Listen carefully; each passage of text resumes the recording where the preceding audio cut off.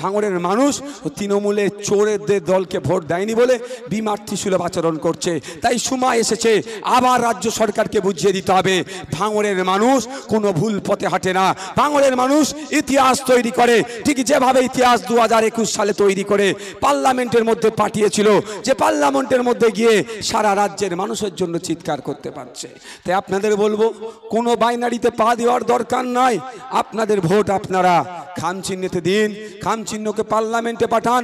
একদিকে পার্লামেন্টে নূর আলম খান চিৎকার করবে, একদিকে রাজ্যে নওশাদ সিদ্দিকী চিৎকার করবে। রাজ্য সরকার কেন্দ্র সরকার আমাদের পাওনাটা বুঝিয়ে দিতে তারা বুঝিয়ে দিতে তারা বাধ্য হবে। তাই বন্ধুগণ আপনাদের বলবো অনেকে অনেক কিছু বুঝাবে।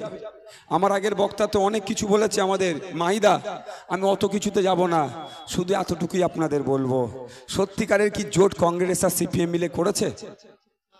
এই পশ্চিমবাংলায় কি জোট হয়েছে মনে হয়? জোট হয়েছে কি মনে হয়?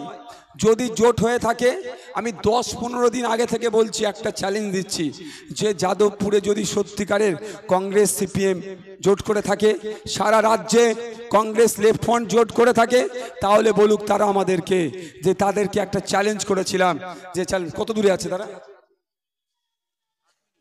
কে আছে তো থাকতে বলো আপনাকে। আমি টাইমের ওই পারে করবো না, আমি আইনের বহির্ভূত কাজ করবো না ভাই। সত্যিকারের কি জোট হয়েছে ভাই মনে হয় আপনাদের?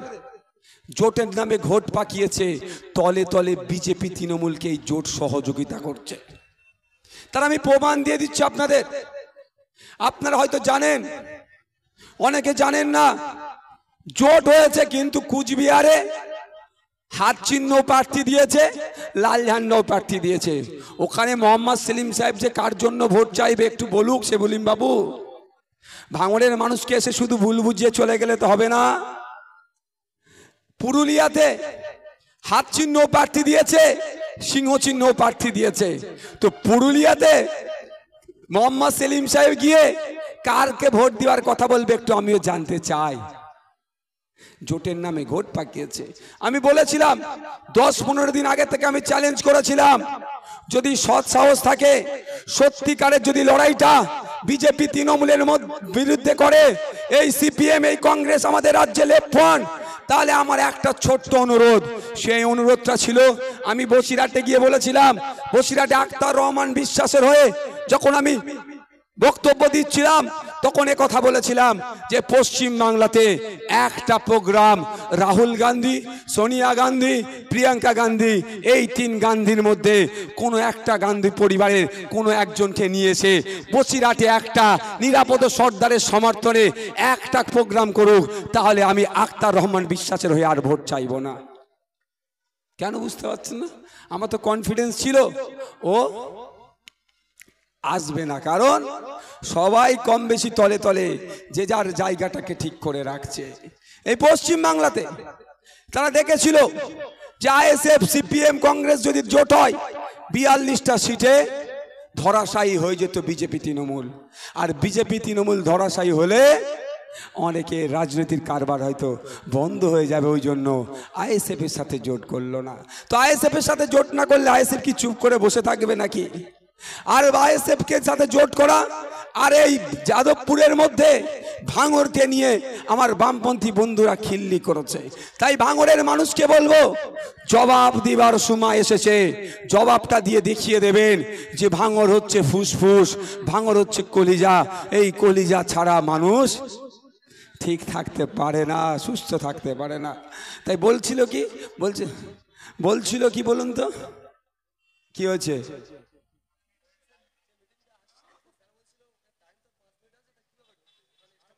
না না না চলে আসুক না, এখানে 5 মিনিট বক্তব্য শেষ হয়ে যাবে, 4-5টার মধ্যে বক্তব্য শেষ হয়ে যাবে। সাহেব কি বলছি বুঝতে পেরেছেন তো? অপমান করেছে, কি বলেছিল আমাদেরকে, ভাঙড় দিয়ে কি যাদবপুর জেতা যায়? তাই আমি আপনাদের বলবো, ভাঙড়ের মানুষ এটা প্রমাণ করে দিন যে ভাঙড়কে ছাড়া যাদবপুরকে জেতা যায় না, এটা করতে হবে। আর আপনাদের বলি, আইএসএফ শুধু সংগঠন ভাঙড়ের মধ্যে সীমাবদ্ধ নয়, ওইদিকে হরিমূল, মল্লিকপুর, সোনারপুর, বারাইপুর, টালিগঞ্জ পর্যন্ত এবং যাদবপুরের আমাদের অনির্বাণ দ্বারা যে সংগঠন তৈরি করেছে হেভি অংশে কিন্তু আমাদের ছিদ্রের দিকে আসছে, এগিয়ে আসছে। তো আপনাদের বলবো, আপনার বন্ধুগণ, শেষ কথা বলি, আমার বক্তব্য শেষ করবে এটাই যে আপনারা ভয় পাবেন না। হয়তো আমি আপনাদের বলি, আজকের দিনটা কালকের দিনটা আমার তৃণমূলের বন্ধুরা একটু দাপাদাপি করবে, এর থেকে বেশি কিছু করতে পারবে না তারা। তাও যদি দাপাদাপি করে, আমাদের যারা নেতৃত্বরা আছে তাদের সাথে যোগাযোগ করবেন, আমরা তাদের দাপাদাপি ঠান্ডা করতে কিভাবে হয় দেখব। আচ্ছা, ঘন ঘন ছুটে চলে আসতো সরকার সাহেব ভাঙড়ে, আর আজকে ভাঙড়ে দেখা গেছে? হ্যাঁ, আর ভাঙড়ে দেখা যায়নি, কারণ তিনিও কিন্তু এবার তার দিন গুনতে শুরু করে দিয়েছে। তবে এটা বলে রাখি, আমাদের মামলায় কিন্তু এখনো আমরা ধরিনি, আমাদের দুটো মামলা করা আছে।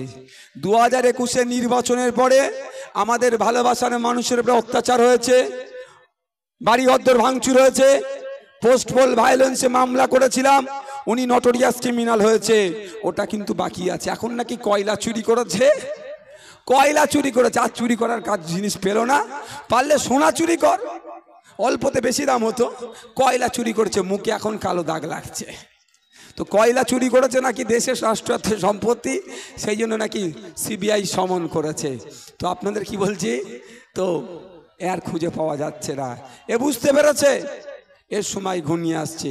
আর দ্বিতীয় মামলা আমাদের কি ছিল, পঞ্চায়েত ইলেকশনে আমাদের কর্মী 3 জনকে শহীদ করেছে, খুন করেছে, আমাদের কর্মীদের উপরে অত্যাচার করেছে, সেই বিষয়ে মামলা আমরা দিয়ে রেখেছি। সময়ের সাথে সাথে ওই মামলাও হবে।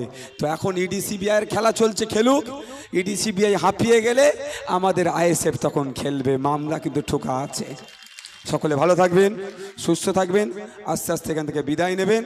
আজকের প্রোগ্রাম এখানেই আমরা সমাপ্ত করলাম। ধন্যবাদ।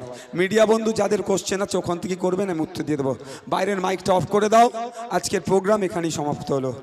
বাইরের মাইকম্যান সাউন্ড সিস্টেমে যার দায়িত্বে আছে, বাইরের সাউন্ডগুলো অফ করে দেন, শুধুমাত্র বক্সটা চলবে।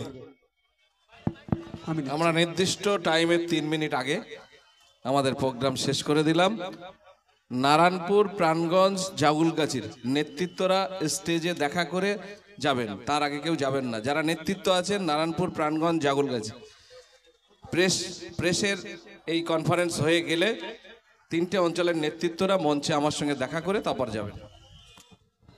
বারাইপুর, টালিগঞ্জ পর্যন্ত এবং যাদবপুরের আমাদের অনির্বাণ দ্বারা যে সংগঠন তৈরি করেছে হেভি অংশে কিন্তু আমাদের ছিদ্রের দিকে আসছে, এগিয়ে আসছে। তো আপনাদের বলবো, আপনার বন্ধুগণ, শেষ কথা বলি, আমার বক্তব্য শেষ করবে এটাই যে আপনারা ভয় পাবেন না। হয়তো আমি আপনাদের বলি, আজকের দিনটা কালকের দিনটা আমার তৃণমূলের বন্ধু